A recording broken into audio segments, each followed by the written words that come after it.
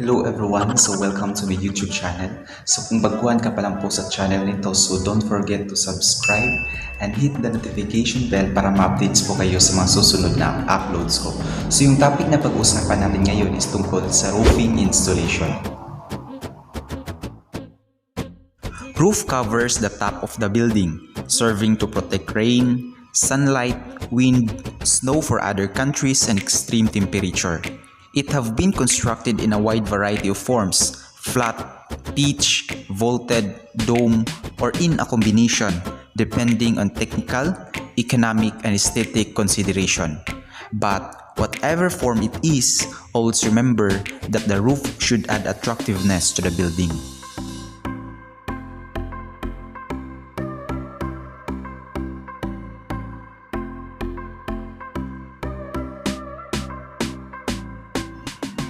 The roofing structure is essentially the frame that the roof will be constructed.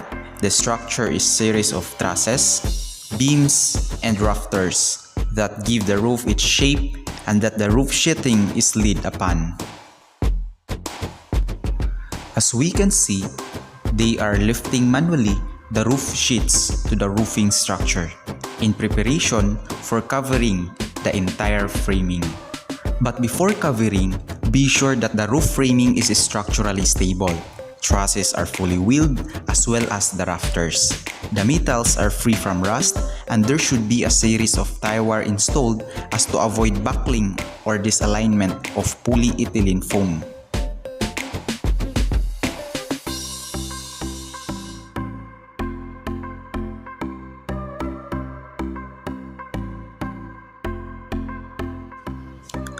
There are two main types of roof, flat and sloping. The flat roof is used anywhere where the climate is arid and the drainage of water off the roof is thus of secondary importance.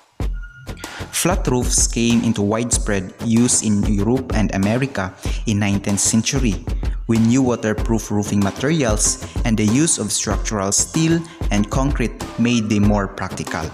Flat roofs soon became the most commonly used type to cover warehouses, office buildings, and other commercial buildings as well as many residential structures. However, sloping roofs come in many different varieties. The simplest is the lean-to or shed which has one slope. A roof with two slopes that form an A or a triangle is called a gable or a pitch roof. Accordingly, the most common roofing material is the galvanized iron sheet, popularly known as GI sheet. GI sheet is either plain or corrugated. Plain sheet is used for roofing, gutter, flushing, downspout, ridge, hip, and valley rule. Plain sheet standard commercial size is 90 by 240 centimeters long. The thickness of galvanized iron sheet is measured in terms of gauge number from 14 to 30. The sheet becomes thinner as gauge number becomes larger. Gauge 26 is the most extensively used for roofing and various thin works, and gauge 24 is specified for gutters and valley rules. Gauge means thickness expressed in terms of hundredth of an inch, and the only way by which one could be certain that he is buying the right thickness of sheet is by weight measure.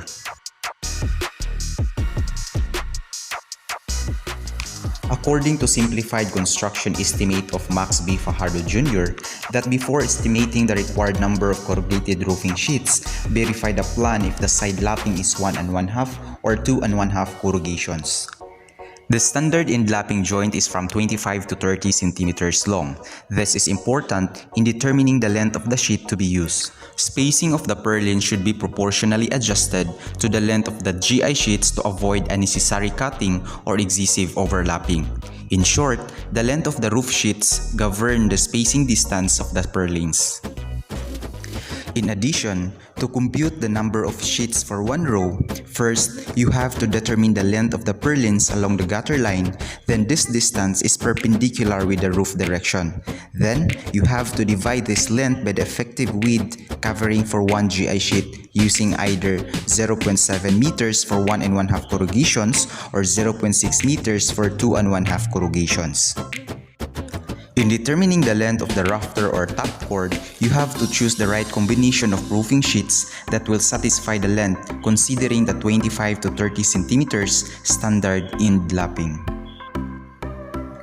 In determining the number of GI nails, rivets, and washers in kilograms, you have to consider the table as per Max Fajardo estimates. And take note that the number of plain anchored strap and lead washer is the same as the quantity of rivets.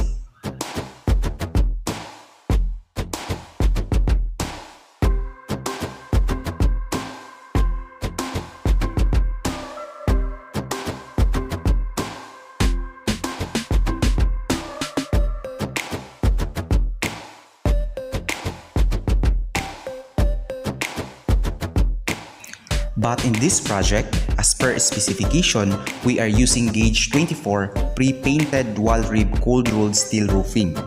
Before purchasing the quantity of roof, measured first the actual dimension of the roof structure. Then, prefer long span for economical and technical purposes. In this stage, please double check the measured size for the fabrication of long span roofing, which is made to order.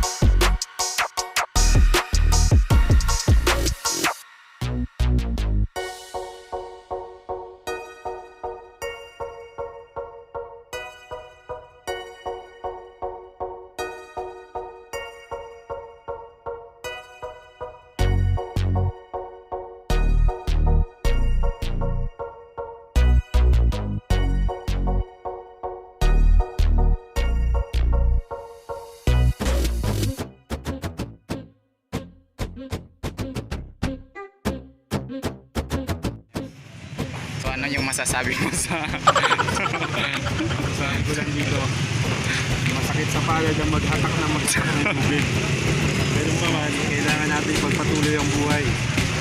Lahat ng sakit, hirap kailangan tiisin.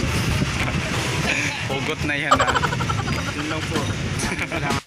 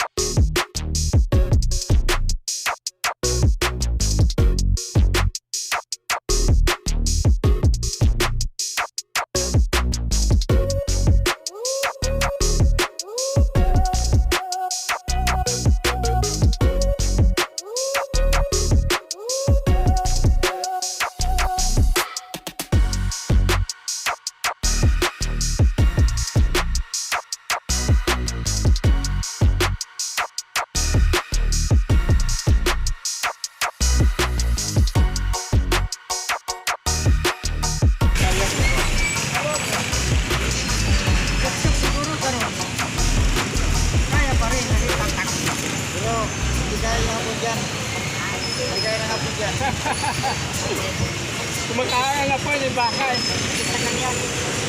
Sakay.